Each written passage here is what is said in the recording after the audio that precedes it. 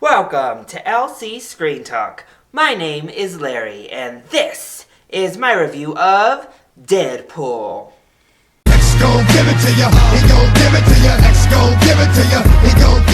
So if you watched my top 10 most anticipated movies of 2016, you'll remember Deadpool was definitely on that list. And I think this film is on pretty much every comic book and or superhero nerd's lists. So, as a big X-Men fan, I was first introduced to Deadpool through the X-Men comics. I only sort of followed his character timeline and his character stories outside of the X-Men universe, but he was always a fun character to have revisiting and recurring and being around just because he's so unique. He's so much different than anything else in the Marvel universe and really any other superhero and or anti-hero in any comic books. So the marketing for this film has been fantastic, from the billboards to the commercial spots to just the posters and the whole Valentine's Day. It has been wonderful. And I'm so happy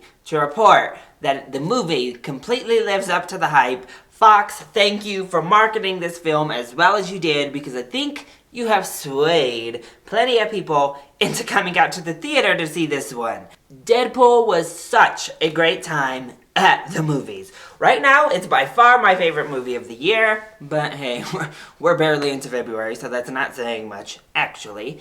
But it was just so well done.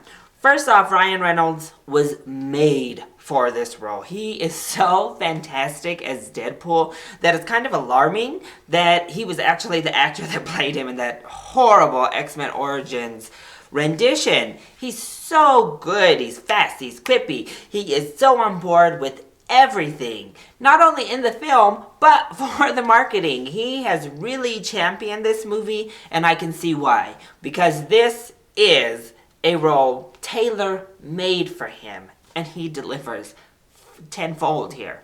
And I think really the entire cast does what they need to do. Morena Baccarin plays our lead female here, our love interest, and she's gorgeous and she pulls off all of her parts very well. Ed Skrein is the villain. I thought he was fantastic. We also see like Gina Carano in here. She's okay. She does well. She's not actually given much to do. Just like all of these MMA and wrestlers outside of The Rock are never given much to say or do. But she's big, she's bulky, and she's intimidating. So you go, Gina Carano. TJ Miller, he's funny. He's not in the movie actually all that much, but I think a little bit of TJ Miller stretches a long way. So I'm actually pretty glad that they limited his screen time. But across the board, everybody is game, they're on board, they deliver. And who we have to really thank here is the writing team, because they delivered a quick, fast, funny script. They stuck true to the characters' roots. It's very self-aware, very self-referential. Deadpool not only goes after himself and his movie, he goes after Marvel proper, he goes after Fox and the other X-Men, he goes after DC, obviously lampoons Green Lantern and Ryan Reynolds' turn there more than once. Whether you're a Deadpool fan or not coming into this film, you're gonna love the self-referential one-liners and the breaking of the fourth wall when he talks to the audience. It's great. The post-credit scene, there is one at the very end, is great. And you know you're in for an awesome ride right from the get-go, because the opening credits are hilarious. Right from the start, we're hit with that self-referential comedy that works so well. And then the end credit sequence itself, again, very, very funny, very, very Deadpool. Now parents, this is going to put you in a very awkward spot, because I saw kids in that screening and I know a lot of kids want to see this movie because, I mean, Deadpool, he looks awesome. He looks hilarious in the trailers, right? This is a very hard R. Language from start to finish, which if you're not a parent or not a kid, works perfectly.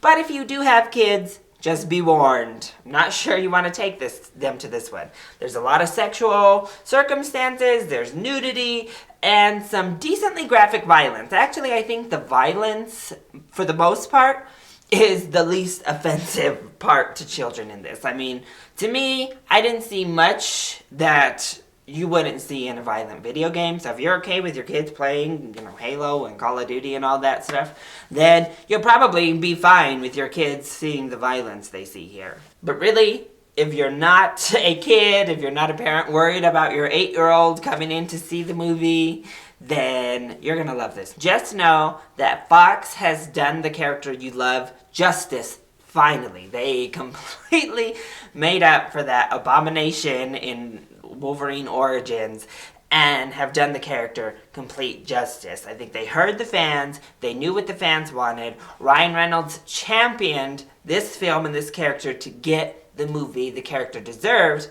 I think because mostly he loves the character and he loved playing it. You could tell he had a great time. You could tell everybody in the cast loved it. Unfortunately, it is not quite a perfect movie. There are some problems. First of all, some of the special effects are very shoddy. There were a couple moments throughout the film where you're like, ooh, coulda used a couple extra hours of rendering there because it's not quite up to snuff. But you know that this is a cheap movie. It wasn't made for much money. So I give them props mostly for what they've done. Just a couple times, I wish it had been done a little bit better. I'm also undecided on how I feel about Colossus. The way he was talking, I was great with. I loved it. It was ripped straight from the comic book, straight from the 90s cartoon that I love. And that aspect of him I did really enjoy. However, again, his look is just so shiny and cartoony that I had problems with him in any of the settings he was in. So I don't know if it'll grow on me and I'll accept it for what it is. I don't even know if they're going to use this rendition of Colossus anytime soon in X-Men films themselves. But if he's going to be around, it's going to take a little bit of adjustment for me just because of how gritty the X-Men series itself has gotten, as well as superhero films in general. So we'll see. And finally, back around to that budget thing, this movie feels very small. The action set pieces take place on just a couple of locations. There are just a couple of sets in general, and it all just feels very confined. Again, Deadpool kind of mentions that a little bit, and definitely comes in on that budget. But again, we're just used to Avengers, Apocalypse, Batman v Superman, all these huge comic book movies with 200 million plus effects. Even like Mad Max just felt huge.